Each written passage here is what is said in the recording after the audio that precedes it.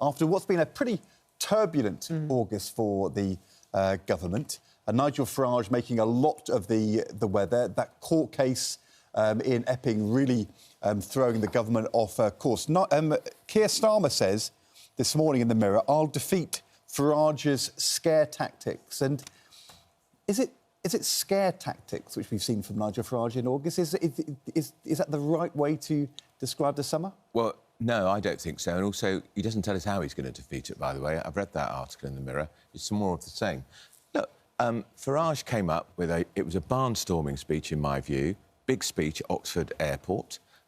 His party have dominated the whole of August. Every Monday, they had a big set-piece press conference. Where were the government? Where were the Tories? Where was everybody else? So this party with just 4 MPs filled a vacuum, and they've had a lot to say, and they've concentrated on migrants because it is a great and important issue for many communities. It is an important issue, but he's concentrating on it because he can get people really angry and he can fill them full of rage, which is what he's done during the summer. No, they're already angry. But he's putting a target on his back, Farage, because what do you do about it? What do you mean putting a target on his back? How are you going to solve it? How are you going to fix it? What are you going to do? It's easy for him as now leader of the opposition. Kemi Badenoch and the Conservatives are the official opposition in Parliament because they have more MPs, but clearly for Starmer, Labour, the opposition leader, the threat to them now is Farage. And you can stir people up as much as you like, but what are you going to do about it? And we saw... exactly.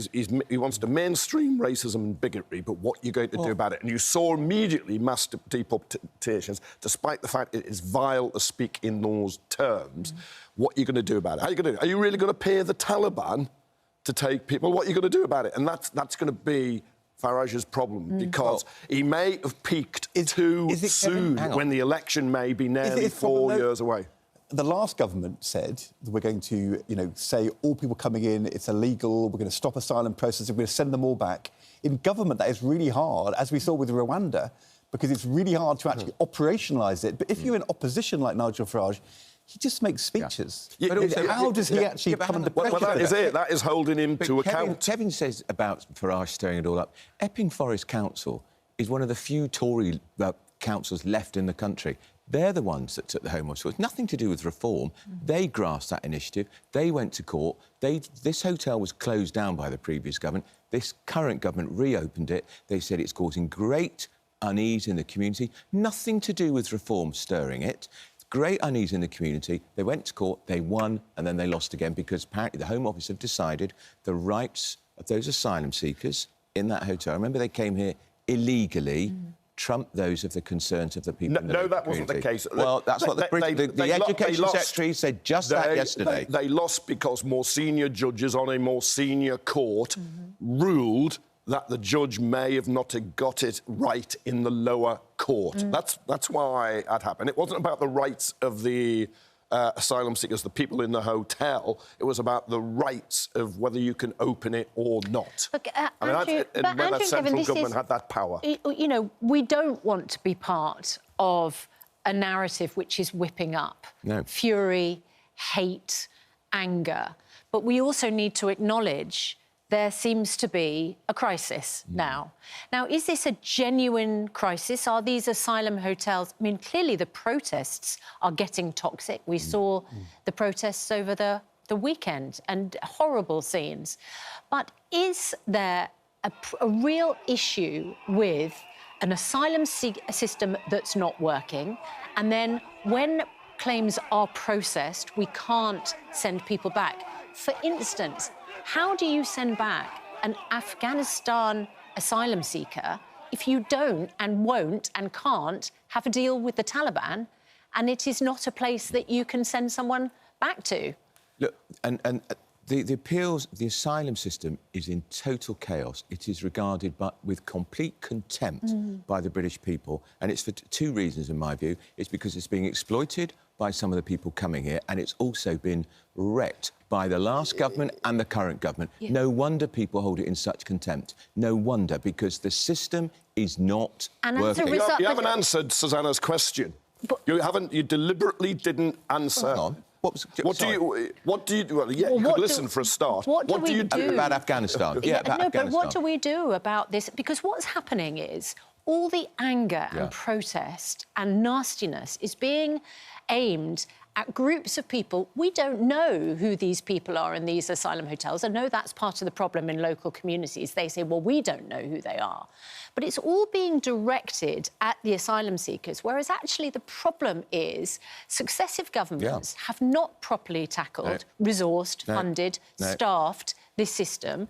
And in many cases, we can't, once we've processed those claims, we can't send those people anywhere. And it's 53 weeks for an appeal. That's a year.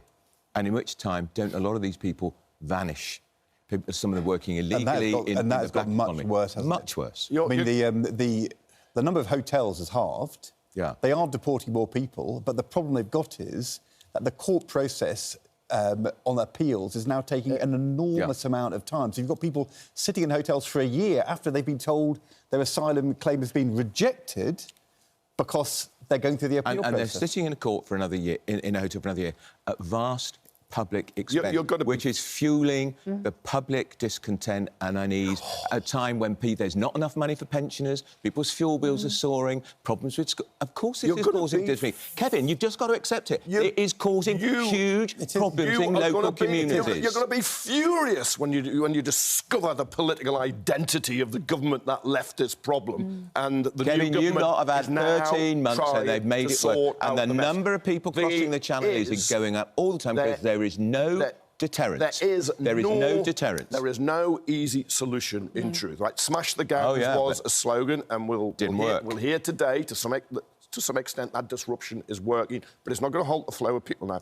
People are wanting to come to Britain. It's a backhanded compliment to Britain that they want to come here to start a new life, and they aren't all criminals and sex offenders and rapists, and that smear is absolutely horrific when you look at the figures. Now, everybody accepts hotels are not the way to handle this problem, which is why the current government is aiming to close them. But the truth is, it's got such a backlog of people, and then it's got people still coming. In record numbers. The target is to close it by the end of the Parliament. People would like it quicker. I understand that. If I lived in Epping, I wouldn't want a hotel like that. But then there's lots of other places you wouldn't want. You wouldn't want a hostel for homeless men or drug addicts, probably near you. But we've got to deal with people. And what is Farage's answer? He does not have an answer because, as you point out, he's not in the end going to do a deal with the Taliban and say, here we are, we're going to pay you to take these people and kill them or whatever. He ain't going to do it. And that's where I think Starmer, Yves Cooper, the Home Secretary, everyone in the Cabinet, every Labour MP has to now turn the debate around. What are the practical solutions? He says, what Reform said also last week they would create remote detention camps. They won't tell us where, but Richard Tice was out on the broadcast around, he's the deputy, and he repeated it again. There will be remote detention camps, which will take thousands and thousands of these people. When the last government looked at using army camps and did a very limited way, you got local people saying we don't want that former army camp, the keys in the word remote. Including James Cleverly, who was then last government, he was the Home and the Foreign Secretary. He objected to an army camp near his constituency being used. Now, of course, people also don't want them in small houses, broken up, dispersed, which is what used to happen until that system got overwhelmed in truth. And what do you think about the debate happening? There's clearly a debate now in the Conservative Party about how they respond to this. Nigel Farage setting the agenda, being more hardline than the Conservatives were in government. They said they were going to send people to Rwanda, which didn't happen. He now says he's going to send them to Afghanistan or to Iran or to Eritrea or wherever. But you had, I guess, usual suspects like the former Attorney General Dominic Grieve, but then last Friday, Steve Baker, former Brexiteer minister, saying this is not a Conservative way to be talking about asylum seekers. Is it a mistake for the Tories to essentially be now agreeing with Nigel Farage on everything? Well, I think we'll see, as we get closer to the Tory party conference, I think the Tory party will ramp up not just the rhetoric, but they will. They are going to have to address: do we come out of the European Court of Human Rights completely or partly. Farage will take us out completely, and I think that's where the Tory party is moving. Because if you talk to any James Tory... Cleverly, the former Home Secretary, when we interviewed him at the beginning of August, end of July, when he'd just been appointed, he refused to... Well, I think the only way the Tories are going to have to... Tories are going to suffer resignations, and people will quit over their policy, but I think that's where they're going with it, and they'll say, if you don't like it, join the European Convention of Human Rights has become the new get out of the European Union. It's the let's just say it and it'll somehow solve all our problems. We saw Brexit, that didn't happen. It's the same with the European Court of Human Rights, because it's very difficult in most cases to show how that would make any difference. So it's another slogan, just as Rwanda was. And one of the problems with the last government is they just kept shouting, Rwanda, Rwanda, Rwanda, which the UK Supreme Court, not the European Court of Human Rights, said was unlawful because Rwanda wasn't a safe country. But they just shouted, Rwanda, Rwanda, so it didn't solve the problem. You know, the truth about Rwanda, it would have taken 300 people a year. However much the current government's plan to send 50 people a week back to France in a swapsies deal as a deterrent might be derided, 50 people a week is a lot more than... Well, they haven't sent any yet. The average 6... They haven't sent any. The average 6 a week that would have gone to Rwanda if it ever Kevin happened. clings to this idea of one in, one out. So we had on the front page of the Times last week, 100 migrants have been detained, ready to be deported.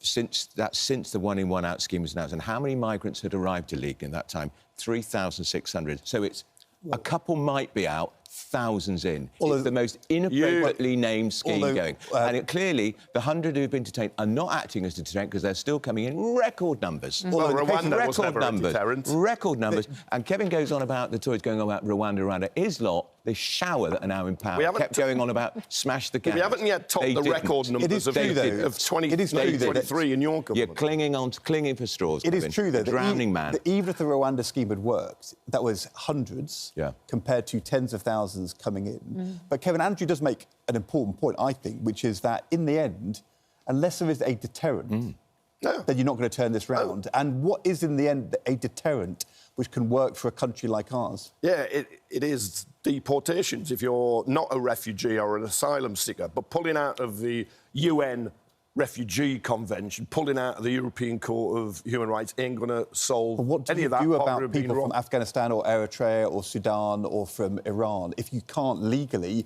and actually morally send them back to countries where they are genuinely in fear of torture? You accept them. You accept them and you integrate them into society, and you accept that people from around the world fleeing torture and oppression have a right to come here under international law. No deterrent. We should be welcome. Well, not to them. It's a green flag for more to come. No, you're right. And how do we know they're from there? It's not to them. How do we know and I think just over half the people who do arrive on small boats are found to have a legal basis. Yeah, and how do we even know where they're from? How do we know where they're from? Look, because, Kevin, they shove their ID over the side of the dinghy. Look, it's not hard to question people if you're a skilled immigration officer and find out who somebody is. Well, why is it taking 53 weeks on appeal? And you ask them about the country. The system is sluggish, gummed up, but this is broken. All we've heard, though, is scaremongering, and you're whipping it up. That's what you're doing without coming up with any answers. But these are people at the end of the day. Let's not lose sight. They are people. There is genuine concern in communities up and down the country that this lot, it's out of control. And you're loving it. Well, we're going to talk to Chris Philp, who's the Shadow Home Secretary for the Tories, about what the Conservatives would do about it. Let's talk about what's happening with Angela Rayner. Are you clear, Andrew, about how many houses the Deputy Prime Minister and Housing Secretary owns, pays tax on, which is her primary residence for stamp duty purposes and council tax purposes? No. Convoluted and complicated. We know that she has as previous Deputy Prime Ministers have had, such as John Prescott, a very nice Grace and Favour apartment in central London, very lavish, very nice, part of a perk of the job. She has a home in her constituency in Ashton-under-Lyme in the north of England. And we now know she's bought a very nice apartment in Hove, 260 miles from her constituency, for £800,000. That's a new purchase. Now, we're not quite sure if she still has a financial interest in the property in the constituency. Some suggestions she doesn't, some suggestions she does. But the big controversy is, has she designated the place in Hove as her principal residence, which would be odd if she has, bearing in mind she's an MP in the north of England, and this home is by the seaside, 260 miles away from her constituency. Because if she has, the suggestion is, and it's been reported and not denied, she saved £40,000. Hang on. I haven't finished, Kevin. She saved £40,000 in stamp duty. Very nice too, and what a look that is. Okay. Let's chuck as much mud as we can and hope some of it should stick, as they did, the Conservatives and you did, before the last election when they managed to get the police to investigate her sale of a house, and the police found there was no wrongdoing. And now this is a whole new set of questions for her. I was reading the Daily Telegraph this morning. She's now 2 homes, Rayner. She was 3 homes, Rayner, before they changed that. Look, there's an element of snobbery. Okay. There is an element of snobbery, as you see people having a go at her for being on a beach with a little bag. What do they expect her to do? Take down a Hermes bag? Some people find that quite charming, actually. My view with Angela Rayner is put out a statement and just answer all the questions and explain it. Kevin, that's always my view as a journalist, but there's no doubt a lot of allegations have been made can't be sustained. Is it not reasonable to ask these questions about the Deputy Prime Minister, who's also the Housing Minister, who's in charge of housing, when this is a government which introduced the extra stamp duty on second homes, and people are wondering, if you buy a second home, that's what people are asking, was this Hove flat a second home? Because she appeared to already have a home in her constituency. Now, apparently, this Hove flat is not a second home. It's her primary home, right, which means she doesn't pay this extra stamp duty. But it is, apparently, her second home for council tax purposes, and her primary residence is in her constituency for council tax purposes. So how come it can be one home for council tax and one home is different for stamp duty? Yeah, and I noticed you used it as a very good journalist, apparently, because we don't know. No. And it's where I think she should clear it up, but I also understand why she, who will, I'm sure, have taken legal advice and done everything legally, might be worried about how it looks. But because she's been hounded in the past by editors and proprietors who own multiple homes themselves... But aren't the Housing Secretary or the Deputy Prime Minister? She knows there is an element of snobbery. It's happened time after time. Yeah, there's her. also... And so she armours up and says, I'm not going to engage, I'm not going to answer your questions, when I think it would be far better just to put out a statement and clear it all up. That's my position. She's also on the record, again and again, before she became Deputy Prime Minister, when she's in opposition, attacking tax avoidance. She's also attacking... Are you accusing her of tax avoidance? Can I finish? Are you accusing her? She's also, again and again, criticised the rise of people having second homes because she said it drives up values, property prices, it means people in local communities can't afford to get on the ladder, and she said that breaks down local communities. And she also took great delight in having a go at the then-Chancellor, Jeremy Hunt, when it appeared he'd bought some properties, and, quote-unquote, Angela Rayner, he exploited Tory tax loopholes to save stamp duty. Well, if she's saved on stamp duty by manipulating which addresses, she's a flaming hypocrite. And that's what it's all about, hypocrisy. And before they say, oh, it's within the rules, they said it was in the rules when all those Labour MPs took money from Wahid Ali, didn't they? All within the rules. All within the rules. But then Keir Starmer gave back £6,000 worth because it didn't look so good. Jeremy Hunt, who was Chancellor of the Exchequer in the last government, bought around half a dozen rental properties, and I can't remember, there was... Was he not allowed to do that? No, he was, but the number he bought, it was the difference of one, saved him a lot of money. And then he agreed to pay the tax voluntarily later on. But we were told she had 3 homes. I read she had 3 homes. Now they say 2 homes. Now it might only be 1 home. Because you can't count the one that's like a very grand tide cottage that goes I think people on the home job register is her home. It's not her home. It's something that comes along... It's where she lives. Part and part for security reasons. Quite apart from as you say, I'm sure she's taken all the right advice on this. Are you? I hope she's taken all the right advice on this. I would say, in general, the big problem you get into with these things is that you have people who are experts in tax who say, within the rules, this is a perfectly appropriate thing to do. But there's a different test in politics, which is, does this actually look like you've done the right thing?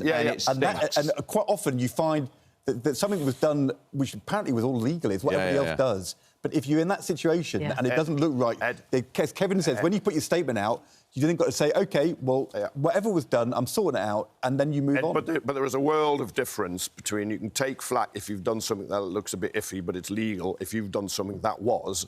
And I'm not saying she has at all. If you've done something illegal, if you've done something unlawful on this level, then you're out. That's it. It's finished. Yeah. But you can do things which are perfectly legal and in tax terms quite normal, but in political terms, actually, it's not sensible. And if that's the case, you just got to get it sorted out. It is the case. But and Labour MPs are holding their head in their hands because it's been running for a week, and they just think, for God's sake, clear it up. Absolutely right. You're just a snob, Andrew. You're just a snob. Being a working-class boy like she's a working-class girl. It's been running for a week in Tory papers and the Tory party. No, I think you'll find it's run on ITV and BBC, everywhere. And you will find that if she makes a statement, it wouldn't be the end of it anyway, because they just want to keep going. I mean, that's politics. Shall we move on to this absolutely extraordinary story about the Queen and this new book by veteran royal reporter Valentine Lowe, which recounts how the future Queen was shot. She was a schoolgirl aged around 16 or 17 when she was the victim of an attempted sexual assault, apparently, on a train. It recounts how she was shocked to find some guy was moving his hand further and further during a journey into London. And she remembered what her mum had always taught her. She promptly took off her shoe and whacked him in the privates with the heel. Good on her. Now, this is a story that apparently was told to Boris Johnson and then recounted to his press spokesperson, who then recounted it to Valentine Lowe, as I understand it. Normally, people who are the victims of a sexual assault or an attempted predatory attack would remain anonymous. In this case, it's not anonymous, it's explosively public. Yeah, and Valentine Lowe, I know, went to the palace with this because obviously it's a very sensitive, very controversial. You also need to clarify it's true. Absolutely. And after some consideration, the Queen's people came back and said, run it. Because she's done a lot of work with victims, female victims of domestic violence and sexual violence. So I think she feels it's important this story is out there, and she's right. And it shows, doesn't it, that it's not a new phenomenon. Men behaving very inappropriately with young women. As a journalist, I have an anxiety dream that I identify somebody who is the victim, accidentally identify jigsaw pieces, and that you can wake up and in a cold sweat because of it. Because, of course, victims, women or men, have a right to anonymity if you're the victim of sexual crime. But that story told, right, sort of convoluted way it's got out, I think it'll just chime with so many women because so many women I know have got their own experiences of being a victim of unwanted advances, sexual attacks, and it explains in part, although the palace says it's not the specific reason why she campaigns so publicly on behalf of survivors of sexual abuse and rape. And I'm not a royalist. But I think on this, she gives people a voice, and it's probably for the public better that it has come out. She may not have wanted it to come out, but it is better that we know because it also because people will identify you. A source and you're not alone. If you're a woman, you're not alone. A source said, if reading about her own experience helps other women, then in the circumstances, she would consider that a positive outcome. Very good. Definitely. Good on her. It's probably not what the the best guidance is. It was a different time. Yeah. It may be that wielding a shoe against your attacker on the train may not be the best approach, but I would think that she probably wields a shoe. Well, if this attacker or alleged attacker was arrested, I want to know what happened to her. I want to know who he is. She did report it to the police when she got off the train. She did. Yeah. She did. And he was arrested. Oh, I didn't know. We don't know what happened to him. If he's alive today, he'll be terrified. We'll have to wait for the second edition. There'll be a great search to find out. Valentine Lowe's book, second edition, will have the next stage. Full story. Andrew, Kevin, good to see you.